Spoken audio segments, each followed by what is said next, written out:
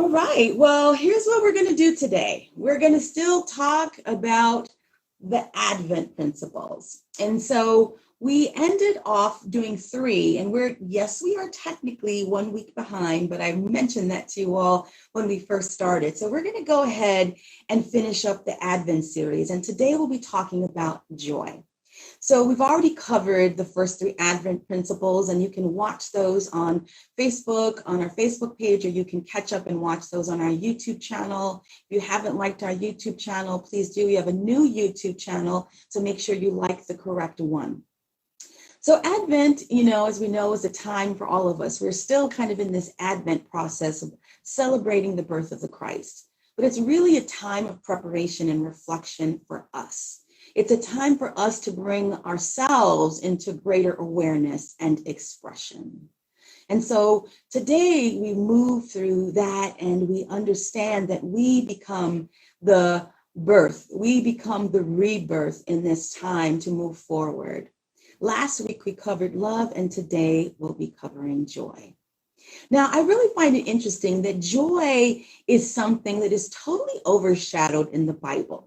Many of us who come from histories and religious communities, that joy wasn't often talked about. We've got the hell and brimstone, the fire, the punishment, the evil, the penance.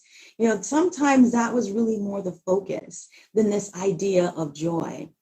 We forget that joy is of the Spirit as well. Sometimes even our services I remember being Catholic, and, when I was Catholic and growing up, they were, really quiet and reverent and somber. And there's a place for that. There's a beautiful, a wonderful place for that. And we in Unity celebrate that as well. But there's also a time for joy and excitement and to really be that in expression. Christmas is kind of that great time for us to really remember that joy within, to connect with that. It's a reminder for us as we hear all the Christmas carols, and we're singing Christmas carols, and we see all the lights, and we're excited about all that Christmas brings. And so today I want to invite us. Christmas Day was yesterday, but we can keep that Christmas spirit going if we remember the joy that we bring from within. Joy, or joyful, or rejoice is actually said 430 times in the Bible. Yes, I did research that. And so it is for us not something that's optimal. It's really in many parts commanded. It's a commandment in many ways to be joyful. In the Proverbs, for example, it's prescripted. It says, a joyful heart is good medicine. So we come today to this service, and we come today as we're moving into a new year, 2022, with understanding that joy is our medicine. That's really what Christmas time has been for us. When we learn again and relearn or reconnect with this Christmas story, the shepherds, the Magi, Mary, they were all in joy. They were all rejoicing, entering into the joy of this time. And so we remember that we are that as well.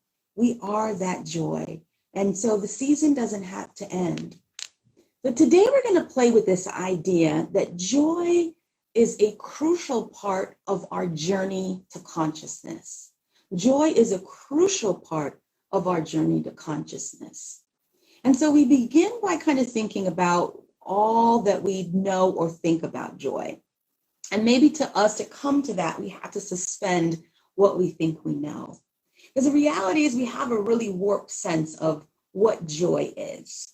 Most of the time in our culture, we want to feel good. We have a feel good culture. We want to feel good all the time. And when we don't feel good, we're taught that it's a bad thing. We're not taught how to do this pivot. I think oftentimes that's really part of the blessing of this time, is for us to understand that we can inhabit confusion and joy. We can inhabit sadness and joy. We can inhabit annoyance and joy. There's ways in which we're being taught that those things can happen simultaneously, because joy is something that it comes from within, and that is something that we innately have connection to. But we're used to material things, and we're used to things outside of ourselves stimulating us, people, things like that, material things. And so when we look at what really joy is, it's different than this idea of maybe happiness. So happiness is based on the external, people, places, things, events. It's like the things that I want, the things that I want for Christmas, the things that I want that will make me comfortable. But oftentimes those things are fleeting. It's momentary. It's something that's only going to give you that quick hit in that moment. But truth is really this idea that it is a connection with God, with source, with the eternal, with the divine. It's this gladness and contentment that flows through us with knowing and being in communion with source. So it is independent of our circumstances. No matter what is happening, we have access to the flow of joy. And as I said, you can be sad and still have joy, because joy is the state of being that we are as Christed individuals, as a Christed community. And so part of that is really experimenting with that idea in our personal practice.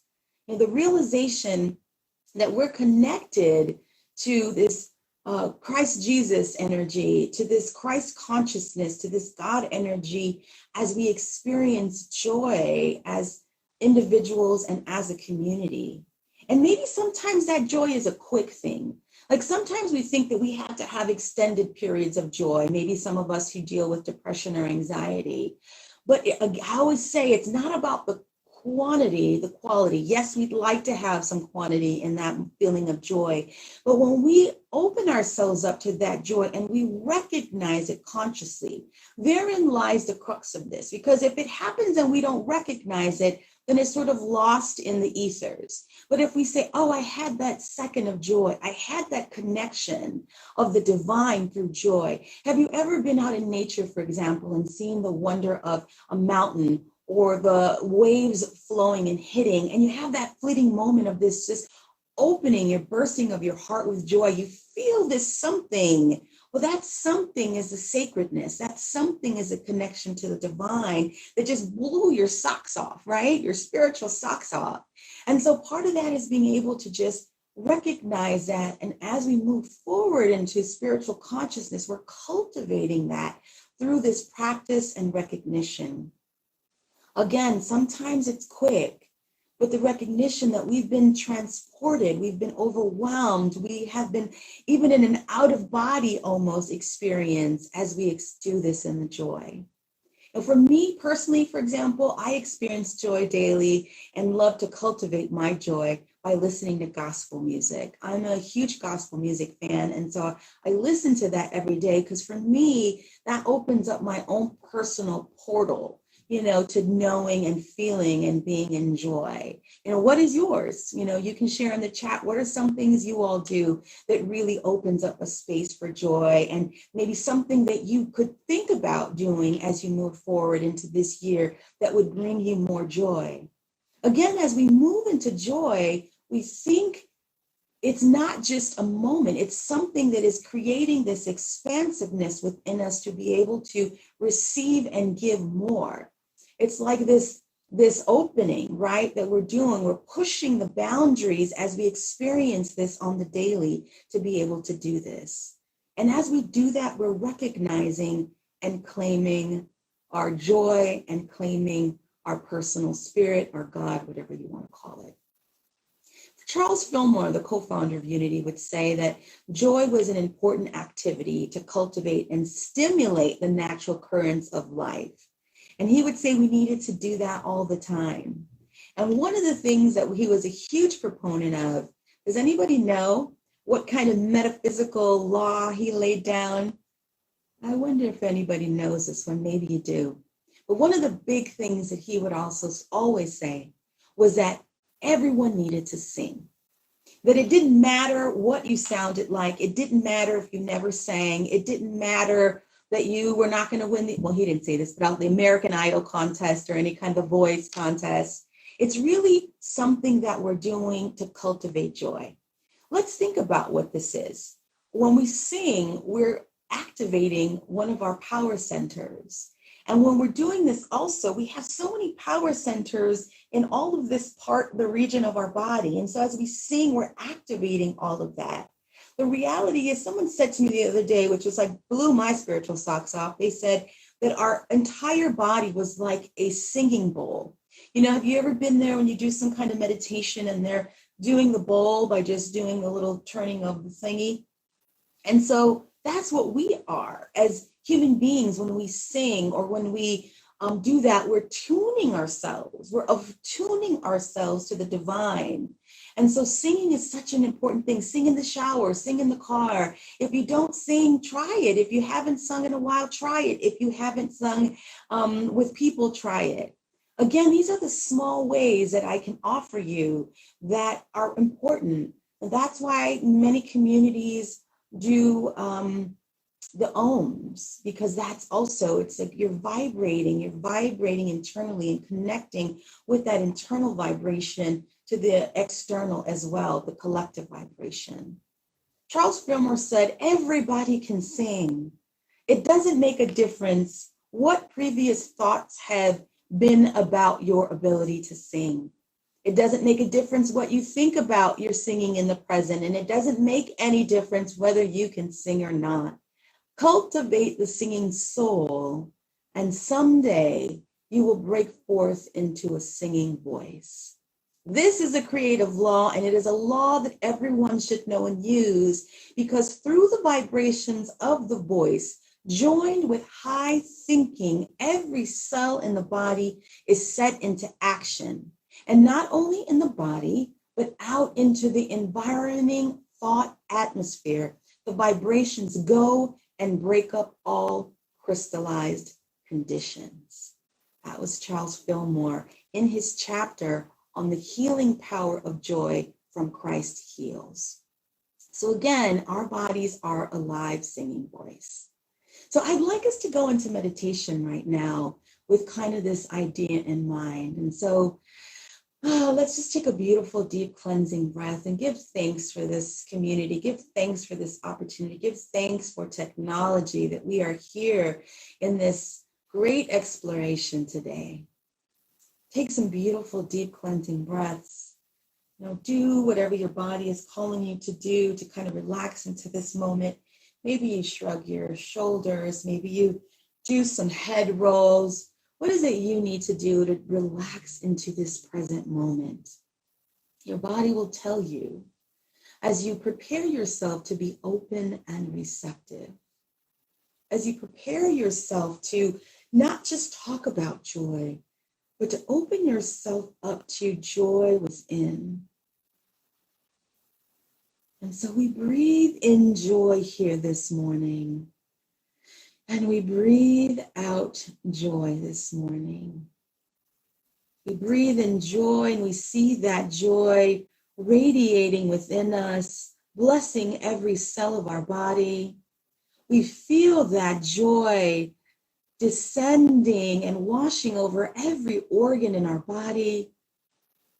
Joyful hearts, joyful spleens, joyful gallbladders, joyful intestines, joyful brains, joyful bones, joyful sinews, joyful ligaments.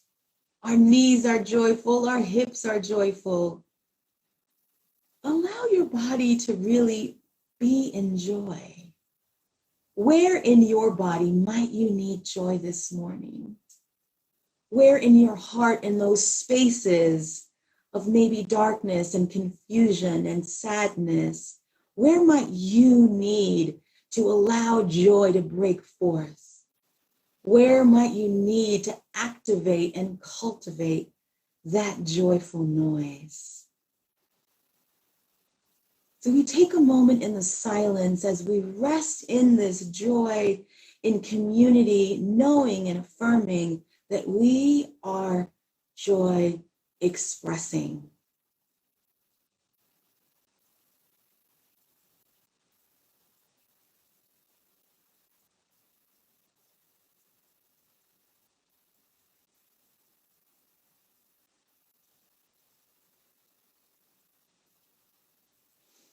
We are joy expressing. And maybe today before coming out of meditation, you sing a little something we can't hear you, sing a little something, or if you can't want to sing, maybe you just hum a little something. What is a tune that Spirit is calling you to hum and sing today, that brings you joy, that brings you light, that brings you laughter, that brings you a beautiful memory? What is your song of joy today? What song are you singing today? And what are you offering onto this altar of joy today in this spiritual community? And so it is, and so let it be.